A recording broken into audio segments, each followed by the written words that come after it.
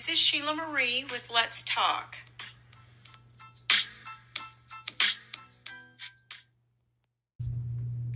Hi, welcome to Let's Talk. I'm Shelia Marie. This is Jocelyn Marie. Hi. We are just starting a podcast, so this is new to us. We're going to share topics that we have discovered are extremely helpful for our personal growth. And yeah, so today we're going to talk about how to change your life by changing your mindset. We will start off with, I don't know, I have a belief, and I've shared this with Jocelyn, and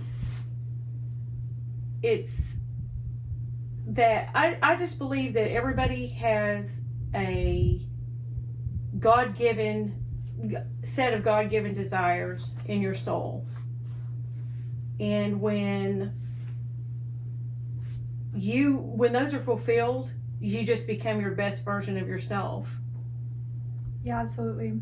I feel like society kind of teaches us to feel bad about wanting things, or sometimes like just guilt gets in the way. And guilt is like a completely inappropriate feeling unless your goal is to intentionally hurt other people. If that's your goal, you should feel guilty. But if not, then there's nothing to feel guilty about. And we just carry guilt around with us like it's ridiculous. Yeah. And controlling your thoughts turns into controlling your mindset, Absolutely. Our thoughts are really the only thing that we have control over. Pretty much. All the rest of the control we think we have, that's like we're not controlling any of that stuff. No. But when you do control your thoughts, it changes things, and we do have control over our thoughts. I'm working on a book right now called The Roommate, and it's just about the fact that you are not your thoughts. I feel like anxiety is born when there is a discrepancy between your thoughts and your soul. When things aren't lining up, then that's what creates that. It's just like something's not right here. I don't know. What do you think about that? Yeah, I think I'd agree. I don't know. Controlling your thoughts feels like a really hard thing to do whenever it is out of control, But it's not out of control. That's the whole thing. Is that this is what we tell ourselves. And until I realized that I could control my thoughts, I don't know, I thought I was my thoughts. Mm-hmm.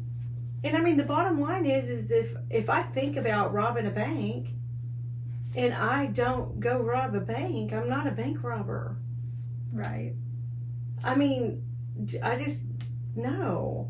And another thing that I don't know, I've gained over time is just realizing, like, when it comes to thoughts, there's a reason you can't read my mind. I don't have to share all my thoughts with everybody. Yeah. But it's the actions and what we do with all of that. But when it comes to like self-deprecating thoughts,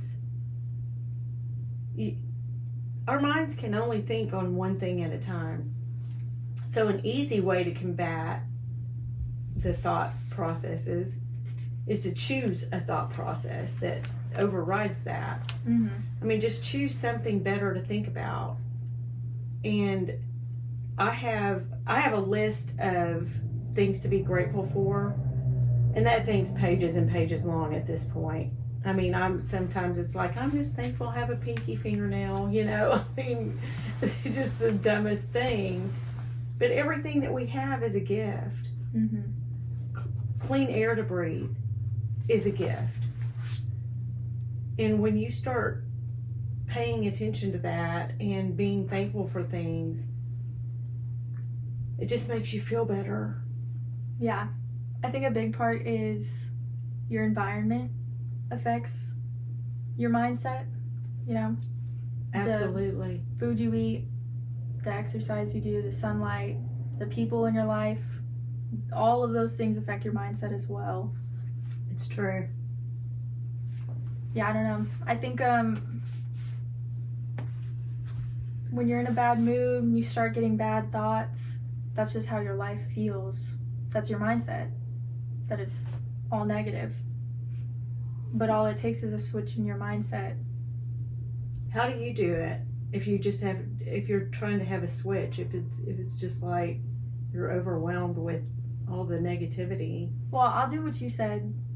You know, your gratitude. Mm-hmm. Just start listing everything that I feel positive about, or what I'm doing right, or the people I care about in my life, and realize it's not all bad. You know, that I truly am a good person.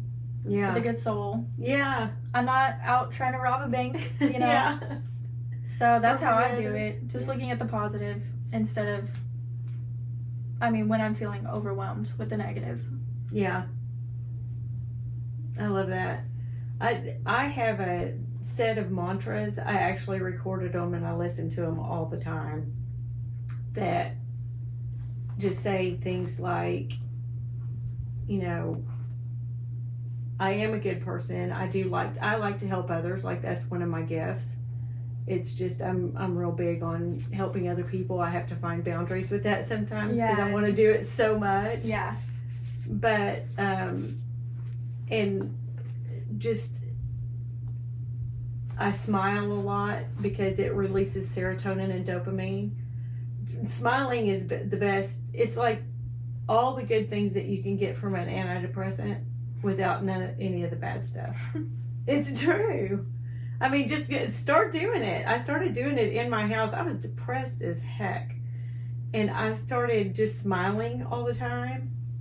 And I was in shock after a few days of just walking around the house smiling for no reason, how different it was making me feel. Mm-hmm. Also, like you were saying, like the diet and exercise. I used to work, I used to be a therapist. I have a bachelor's degree in psychology and a master's degree in human development. And I was working with a doctor, and she would tell our patients, look, before I'm willing to prescribe you any kind of medication, I need for you to do this for 30 days and see if we need the medication. Mm. And she would put together a diet that was good for that person. And there was a lot of flexibility in it, but there was no junk food in there. It was all healthy stuff, and she tried to really cut back on sugar intake. Mm-hmm. And 30 minutes of some kind of cardio a day. It could just be walking. You could walk around your house. A lot of people were not really wanting to get out and do things. Yeah. And she's just like, just walk around your house for 30 minutes. That's good enough. Just get up and do something. So in doing that, the problem is a lot of people don't want to do it. They just rather just take a pill. Yeah. Like, no, I don't want to do that. And she's like, well, you're going to have to find a different doctor then. Mm-hmm. Because I'm not giving you medication when it can be fixed without it. Yeah. Well, I feel like change can be really hard. But without change, there's no growth. So getting used to that change, getting used to feeling uncomfortable and just changing your habits and your mindset and things like that. Going for a walk, even though it feels miserable, maybe ask yourself why it feels miserable, you know? Yeah.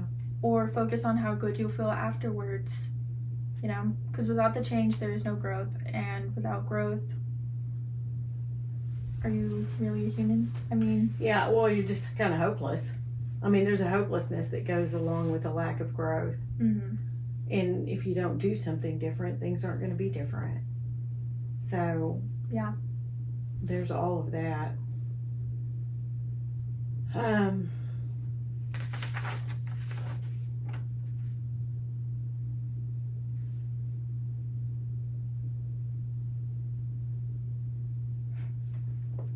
I was just trying to think about some of the other topics that we wanted to make sure and cover in this first session. And to anybody that's listening, we really appreciate you listening to what we have to say, and depending on what kind of social media you're looking at, I mean, if you can share this with other people, that would be amazing. People that it may be helpful for. That's really our biggest thing, is just wanting to help people, just wanting to do things that help other people. Jocelyn and I have both changed so much and learned so much, and that we're just ready to share it to the world. Yeah, exactly. Share what we're doing with other people. Your energy is such a big thing. If you everything you do is supporting an energy of some sort, whether it's eating, activities, who you're around, what you have in your house, the different things. Several years back, it was back in 2018, I started just putting positive sayings around my house everywhere, and I'd see them everywhere I went. They were on every wall, in every room, on every dresser. I'd have something that had a positive saying on it, and I started finding things that had positive messages, at different places, and I purchased them, and so now my whole entire house it's everywhere. You can't come in my house without knowing that I'm all about all that positive energy, because it's everywhere you look. But it also is a constant reminder to me. Mm-hmm. It changes my day, and it changes my mindset. Yeah, absolutely. Yeah, what you say to yourself is, I don't know, just so impactful. One of the greatest things you can do to yourself is speak about yourself positively, and then believe it. You gain more confidence. Yeah. You gain better relationships. I don't know, it just helps you. And on relationships, one of the things that, because I am a giver, I used to find myself in relationships where I was doing all the giving. And I mean, I was really trying to look at the dynamic of all of that. And what I realized is it's not just because everybody in my life was just a taker. It was just that it was really more that it was me that was doing it. They weren't expecting it, but I did it so much. Nobody expected me to ever need anything. Yeah. It just wasn't the dynamic, but I was really the one setting it up. And I wanted to blame it on everybody else in my life, but then I was like, wait a minute, like, I'm the common denominator here. Like, it's not everybody else. Yeah. And so I started, like, with relationships, I started doing like a tennis match thing. Like, okay, I'm going to hit the ball in their court, and then until they hit it back, I'm not allowed to do anything in that relationship. Mm. So I started doing that, and that was really super helpful for me to just, and it made things way more healthy, and everybody hit the ball back. Mm-hmm. I mean, it just, they did something, did their part, whatever. I just wasn't really allowing it, and then I was just upset that was my life. Right. Yeah, that's not to say that all relationships have to be 50-50, but there needs to be some sort of balance, Yeah. Yeah, absolutely. Yeah, and sometimes people have less to give and need more help, but then sometimes that person is me. Right. Yeah, exactly. And that's okay. Yeah. That was really tough for me to be the one to be on the receiving end of things. But then there are people that you don't need in your life. I mean, sometimes you have to realize, this is just not healthy. Mm-hmm. This is not really a good thing for the planet. It's not really helping them. Some people just aren't ready to be helped, don't want to be helped. And until they do, it's kind of like, I don't know, with that I look at like somebody, if somebody's drowning and you're the lifeguard, and the first thing they teach you is don't go up to a drowning victim that's actively drowning. I mean, you have to throw them a buoy. And sometimes you throw somebody a buoy and they won't take the buoy. They want you to come to them and be everything. They won't even hold on to the dang buoy, you know? Like, no. Take the buoy. Because if I come over there where you are, we're both going to drown. And that's definitely can be the case in, you know, relationships that weigh you down. It's real easy for negative energy to just drown out all that positive energy, and you can't just go drowning with people. That's not, who are you helping? Yeah. And if you're the person who's drowning, I think things like limiting beliefs, negative self-talk, those affect you deeply. And I think we'll talk more about that eventually, but learning how to break free from that and create the life that you actually want and deserve and feel like you deserve it, I mean, that's just so important. It was one of my hardest things to, well, I was super depressed. I mean, like, I had extreme depression for the first 48 years of my life. I'm 58 now. And when I had gotten all this education, I had tons of tools in my toolbox, and I was still experiencing that extreme depression.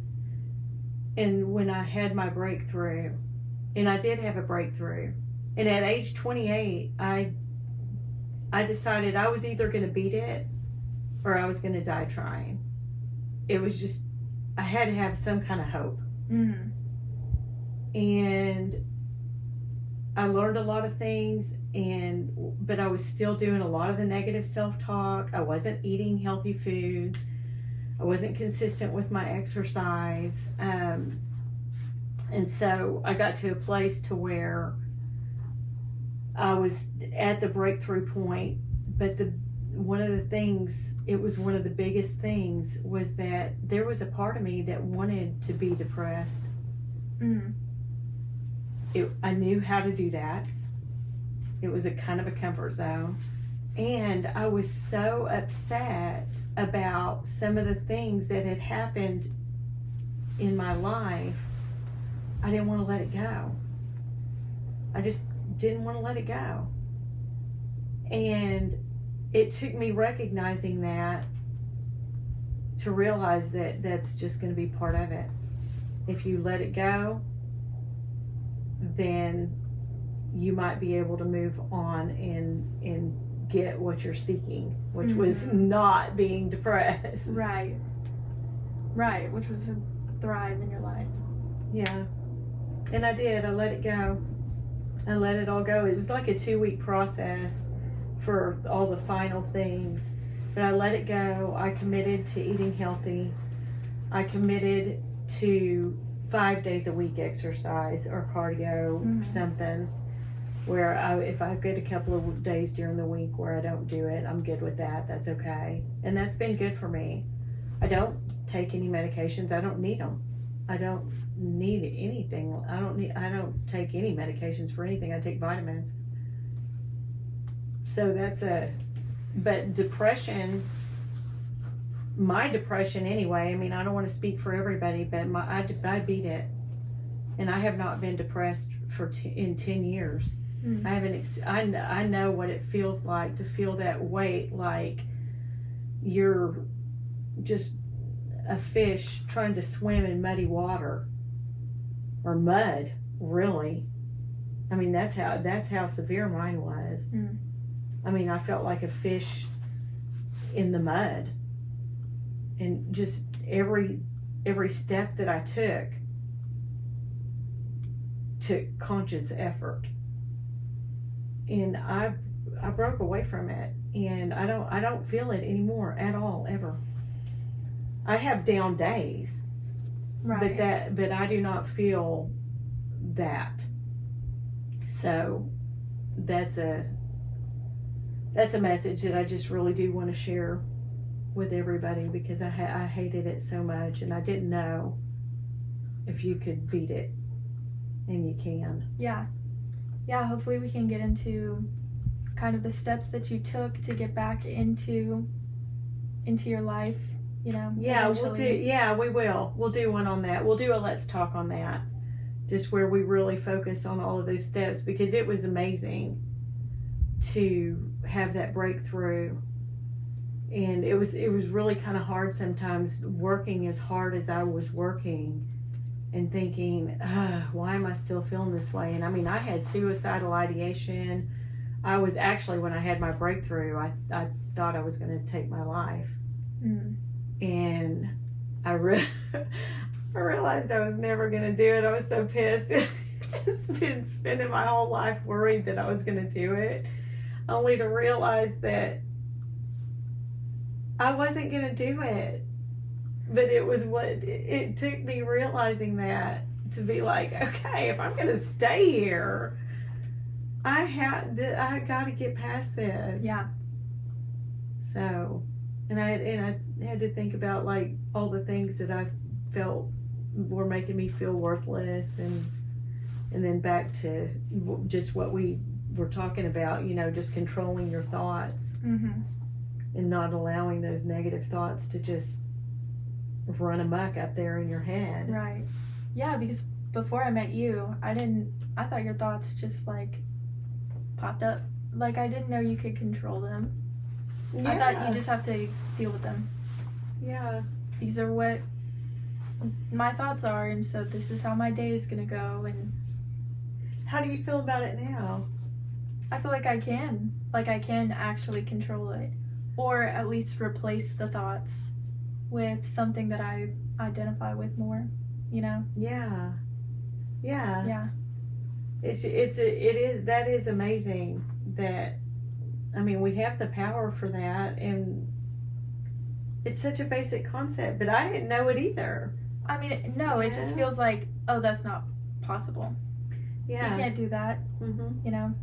And the way I did it, really the biggest way that I did it, and I still do it, is using all my positive mantras and thinking about things to be grateful for.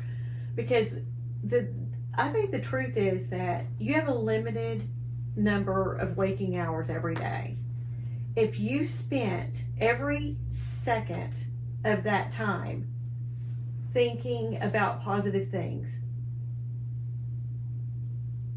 you're going to run out of time. You're going to have to go to bed. There's too many. I mean, if you really start getting down to it, and once you start being grateful, when I started it, I couldn't even think of anything I was grateful for. I didn't have a grateful heart. I was like, I don't even know what it feels like to be grateful. What do I have to be grateful for? I really thought that. And so I had to just start like, okay, one thing was that I had a huge sense of entitlement that I did not realize I had. I didn't think you'd be grateful to have a roof over your head. Well, guess what? Anything that you have that not every single person in this world has, you should be grateful for that. Everybody doesn't get to have, people don't have sight. Right, you're not owed shelter. Thank you. And I thought I really had to recognize that. Of course, well, yeah, okay, of course I have a house and a car. Well, no, not of course. Yeah. There are people that don't have those things. So just getting to the place to where, well, that's why I said a minute ago, I mean, one time I smashed my pinky finger, and it hurt, and it was just my nail was black for months. And I didn't know how much you use this. It all the time. You're putting pressure on it. We have so much to be grateful for. You can be grateful for your eyelashes. You can be grateful for whatever, the tissue that you blow your nose with. I mean, it's a gift. It is a gift. Life's a gift. Yeah. And when I got thankful for the air that we breathe, I had a friend that lives up in Washington State, and they don't have air conditioners in their house up there because it doesn't get that hot. They have maybe a couple of days a year where it's 90 degrees. But they were having huge wildfires, and they couldn't open the windows. And it was already 90-degree days, and then it was even hotter because the fire was close to where they were. And she was like, oh my God, she said, we cannot walk outside without a mask on. And it's so hot in here. I mean, she's just like pouring sweat in her house. And I thought, oh my gosh, I mean, even the air that we breathe is a gift. Just clean air. I mean, I don't want to have to wear a mask to be able to breathe clean air. It's a gift. Yeah. Yeah, you're not owed clean air. Yeah. And some people don't have it. It's something to be grateful for, yeah. So, I mean, all of that being said, I mean, just watch your thoughts. Pay attention to what you're thinking about. I mean, that's where it begins. And you can override them. You don't have to try to get that thought to stop. Just run over it with something good. Just think about something good. Anything that you can think about that you have to be grateful for, just think on that. Or what other things besides for just being grateful. You said something a minute ago just about thought processes. Not sure. I mean, ultimately, yeah, mindfulness is important. Introspection is important when you have negative thoughts, because, I don't know, you can't always just squash it with a positive one. Maybe look inward and figure out, why am I feeling this way about myself, or about others, or about my circumstances, you know? Yeah. But, yeah, at the end of the day, you can control your thoughts. Changing your mindset changes your life. It definitely does. It does. I think it puts you on a higher frequency. It creates positive energy. Everything that you do feeds your energy in one way or the other. One of the things that I do with foods is that I think about, before I put anything in my mouth, I'm like, okay, how is this going to affect me? I am particularly influenced by foods. My mind is. Mm-hmm. I don't know how everybody's is, and I think my mind may be more sensitive than some, but is what I'm eating, what is the effect of it going to be? Is it going to give me short-term energy and then cause me to crash later? Is that what I'm really wanting? Mm-hmm. If I'm really just eating it because I want that energy, can I eat something that gives me the energy that's not going to make me crash? Because I don't really want the negative to go with the positive. I just want all the positives. So just being aware of that. Yeah, and all this to say, take what resonates, leave what doesn't. Everyone's living their own life on their own journey. Mm-hmm. And so we're just here to talk, you know? Yeah. Yep. Yeah. I love it. So, I don't know. Well, thank you so much for listening to our Let's Talk. This is our very first session, so we'll be doing more. We're gonna do more and more, and just put all kinds of thoughts and ideas out there to share with everyone. Let us know if this helped you in some way. Things that were helpful, things that weren't helpful. Any comments that we get, I'll be happy to read. I don't mind constructive criticism, and we just want to do a good job at sharing what we know. We're just trying to figure out how to best do that. So any input you have would be valued. Mm-hmm. Make it a great day.